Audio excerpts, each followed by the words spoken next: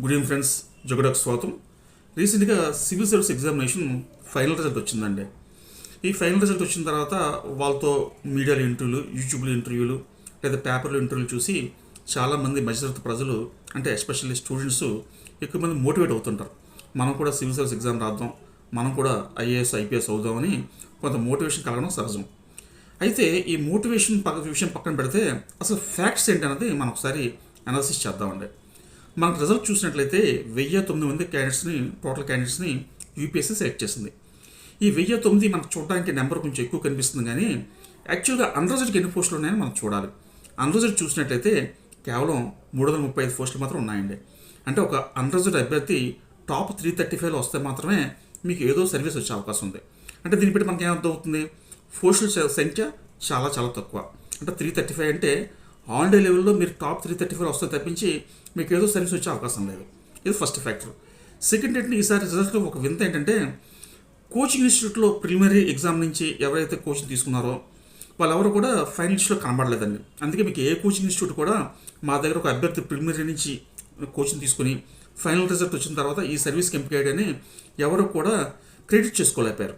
ఇది కోచింగ్ ఇన్స్టిట్యూట్స్కి చాలా గట్టి దెబ్బ తగిలిందండి. ఈవెన్ ఢిల్లీలో పెద్ద పెద్ద ఇన్స్టిట్యూట్స్ కూడా ఒక అభ్యర్థి మా దగ్గర కోచింగ్ తీసుకుంటే స్టార్టింగ్ నుంచి ఫైనల్లీ ర్యాంక్ వచ్చిందని చెప్పలేని పరిస్థితి ఉంది. కాకపోతే వాళ్ళు క్లెయిమ్ చేసేదంటే ఐజీపీ ప్రోగ్రామ్, అంటే ఇంటర్వ్యూ గైడెన్స్ ప్రోగ్రామ్ ఉంటుందన్నమాట. అయితే ఎవరైతే ఇంటర్వ్యూకి వెళ్ళారో వాళ్ళకి ఒక మాక్ ఇంటర్వ్యూస్ కనెక్ట్ చేయడం, దాన్ని వీడియో తీసి యూట్యూబ్లో అప్లై చేయడం అనేది చాలా కోచింగ్ ఇన్స్టిట్యూట్ చేస్తుంటాయండి. సో ఆ క్రమంలో మా దగ్గర ఐజీపీ తీసుకున్నది మాత్రం చెప్పారు తప్పించి ఫస్ట్ నుంచి కూడా ఎండింగ్ దాకా మా దగ్గర కోచింగ్ తీసుకుని సర్వీస్ వచ్చిందని చెప్పి ఏ కోచింగ్ ఇన్స్టిట్యూట్ కూడా చెప్పుకోలేని పరిస్థితి. ఇది రెండో ఫ్యాక్టర్. మూడో ఫ్యాక్టర్ ఏంటంటే ఎవరు కూడా ఫస్ట్ టైం సెకండ్ టైం కాకుండా third time fourth time fifth time రాసిన వాళ్ళకి మాత్రమే సర్వీసులు మనం చూసామండి. అంటే సక్సెస్ అయిన క్యాండిడేట్స్ చాలామంది అబవ్ 4 to 5 years నుంచి చదువుతున్నారు, అంటే చాలా లాంగ్ టర్మ్గా చదువుతున్నారు. వాళ్ళు మాత్రమే ఎక్కువ మంది అభ్యర్థులు మనకు ఫైనల్ రిజల్ట్లో కనిపించారండి. ఇక్కడ టోటల్గా నీకు చెప్పొచ్చేది ఏంటంటే 3 ఫ్యాక్ట్స్ మీకు చెప్తాను. ఒకటి, అన్రిజర్వ్డ్ క్యాండిడేట్కి ఉన్న పోస్టులు చాలా చాలా తక్కువ. రెండు ఏంటంటే కోచింగ్ ఇన్స్టిట్యూట్లో కోచింగ్ తీసుకుంటే సర్వీస్ వస్తుందన్నది ఎక్కడా లేదు. ప్లస్ ఈసారి రిజల్ట్లో అలాంటి క్యాండిడేట్స్ కూడా ఎవరు లేరు. థర్డ్ ఏంటంటే లాంగ్ టర్మ్ ప్రిపరేషన్, ఎవరైతే 4 to 5 years నుంచి చదువుతున్నారో వాళ్ళకి మాత్రమే కొన్ని ర్యాంకులు రావడం జరిగింది. సో ఈ 3 ఫ్యాక్ట్స్ని మనం గుర్తుపెట్టుకోవాలండి.